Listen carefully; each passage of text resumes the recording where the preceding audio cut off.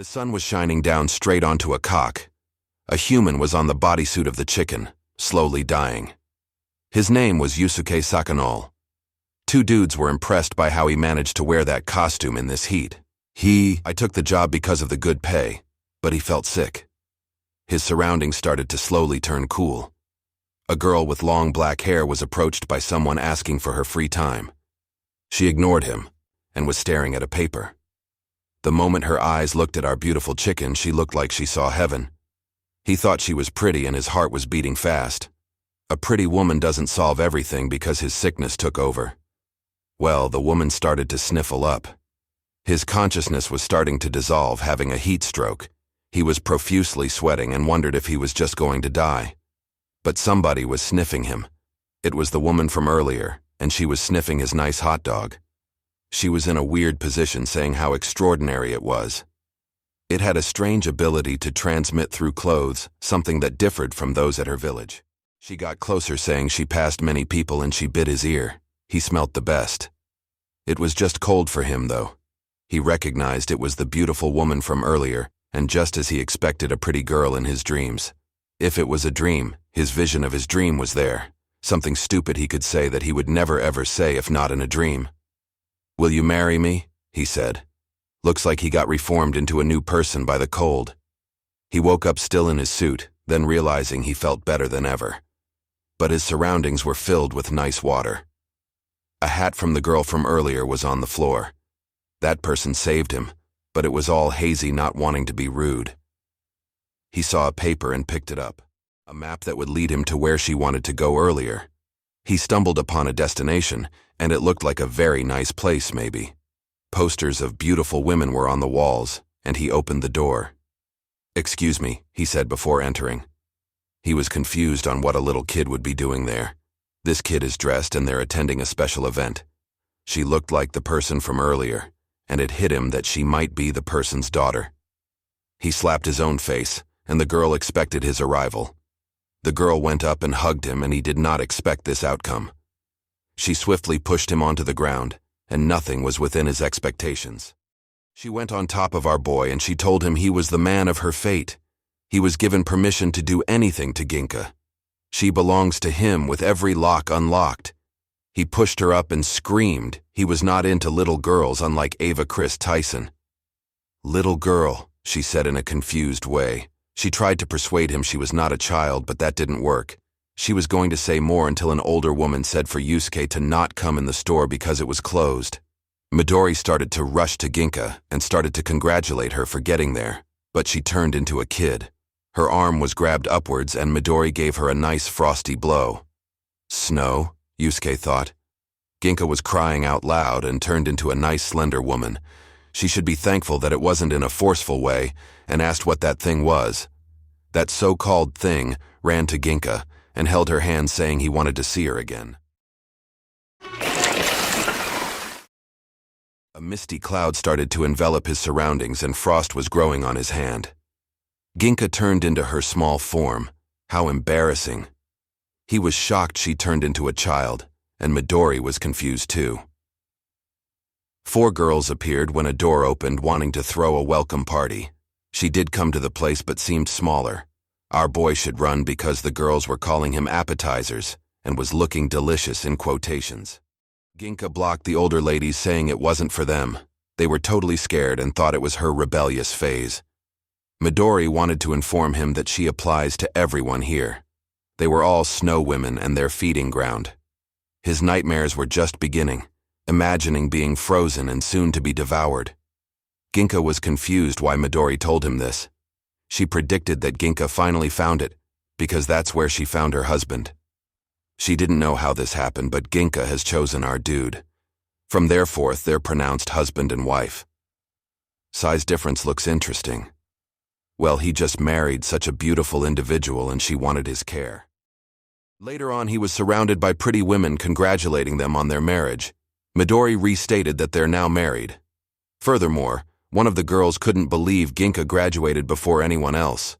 Pretty amazing for her to fetch a man on the first day in Tokyo. He said it was just a misunderstanding, but Midori said Snow Woman by intuition knows who their soulmate is. Even though it's vague, he does have a memory of doing that. Before he could say more, a girl yelled, "Marrying a snow woman is a blessing." "That is why she should grow up and develop to choose somebody right?" Midori asked Ginka. Ginka sighed, and the moment her husband asked for her attention, her enthusiasm skyrocketed. He asked why her body suddenly turned smaller. Her imagination of doing it with husband makes her feel so good that it overflows her. She was mad blushing. He was shocked, and Midori said it was delusions. She should have been able to control her powers before leaving the village, and she was shocked. Somebody blew their mist onto Ginka. She asked Rin to not give her powers to her suddenly. She wasn't able to change back, only for now at least. She was brightly expressing that as long as she has a husband she would be able to, and her dress fell. She looks down, looks up, and realizes her husband is looking. Then shock occurs. Energy scattered through the space, knocking out our boy and turning her back to a child. The crowd was laughing, and he was left on the sofa with a nosebleed, seeing melons for the first time, I would assume. Midori knew it was early, but was going to bring them to the house they'll share. He pointed, asking if it was him, and she darkly asked if they'll live apart on the first day of marriage. He got a call asking about the costume and stuff about his job. He had to pay back the costume as well as maybe was fired, and shivers went down him. Luckily, Midori would introduce a job, and the dorm was cheap. His place was behind the store. It looked a bit run down, and looked at another woman wondering if it was hot for her because she was a snow woman. Meanwhile, Ginka was observing. He asked if Ginka was able to withstand the beat, but due to her child form it was troubling. That is why she ran away from Yusuke earlier. That is why he was soaked, and she wanted to stay with him. But how to run away? She started to cry and apologize for being useless. That wasn't true, and it was his, or rather why this girl liked him. He ran back into the store and came back out with a hat. He presented it to her, and he told her to not label herself as useless because she saved him back then. He kneeled down, wanting to carry her, and she was blushing from his generosity. She touched those muscular shoulders, and he twitched. She backed off, and it was nothing besides the chill. Midori labeled those two as slow. The place they were going to stay at needed lots of renovation. Ginka was pinched on the face. She didn't like Ginka's look at her, and her belongings were already delivered, and today was meant for them to deepen their relationship. As they entered, he took a quick glance of how shabby the surroundings were. Ginka started to do despicable acts, ready to have fun. Instead, he grabbed her sleeves, covering her body once again, and then hid her. Ginka's thoughts were right that he wasn't charmed by her, instead exclaimed, "What usually happens?" She asked if he desired her, but luckily our guy wouldn't pounce on her in that form. He wasn't confident at first meeting her, and knew it was love at first sight, knowing he made it far, but there is something he was sure about. This girl is the one. He didn't know why she chose him, but he wanted to marry her. He wanted her back to normal, therefore he would lend his powers. Ginka jumped up to hug him and believed he would do it. She didn't want him to leave, and he asked how she would revert back to normal. The solution was simple. They just had to do very interesting things in the morning every day. He couldn't believe this, and didn't want her to say that in their current form, but she said it was just quick and easy. He wanted another way to do it together, and her sparkling eyes wondered what. It would be hard for him to turn her back into an adult. He tripped onto a bunch of boxes, and Ginka showed concern. He was sorry for tripping over her stuff, but it was just study material. Well, I cannot show this, but let's say she is studying health. He wondered if they'll survive in the same household. Ginka had a dream of cooking country food for her husband, however. Ginka's size was hindering her from being able to cook in the kitchen, making her depressed. She was amazed by how he handled those flames, but he just turned on the kettle. The dish was just a cup of instant noodles. Yusuke was eating and noticed Ginka was just smiling and holding the dish. He noticed that it was too hot for her and apologized. It was the small body hindering her once again, and used her powers to cool it down. Back in her village, a ball of energy would be placed in the food to allow the weak to eat immediately. He would now wait until she was able to eat as well. He wasn't sure what to do, but decided to blow on these noodles. He brought them close to Ginka's mouth. Ginka had to reach over to the table and eat all the noodles. She was in love with the flavor of these noodles.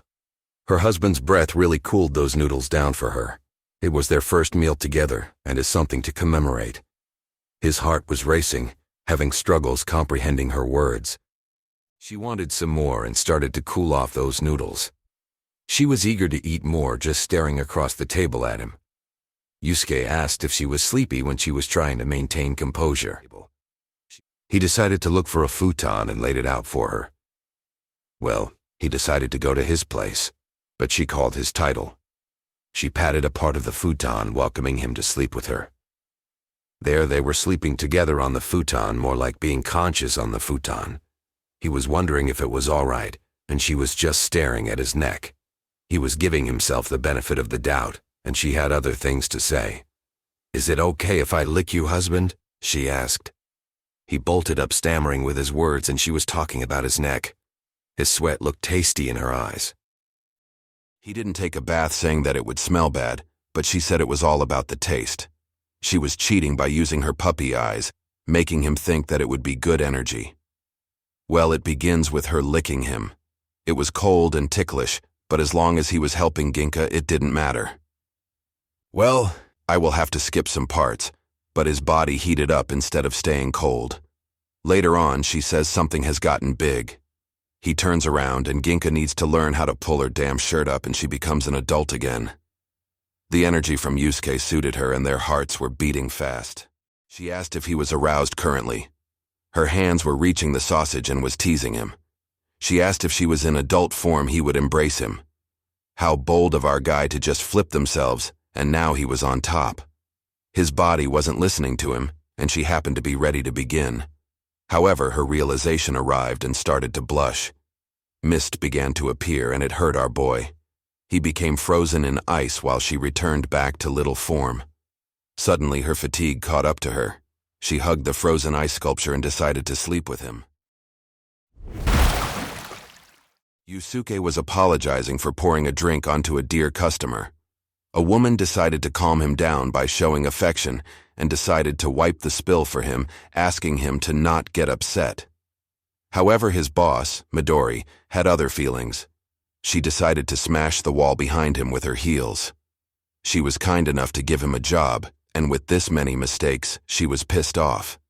She asked if he brain melted from doing it yesterday, and with his lack of experience, maybe he truly was useless, which made him have to rethink.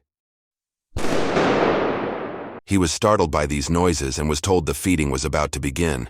He was allowed to go in and see with her permission.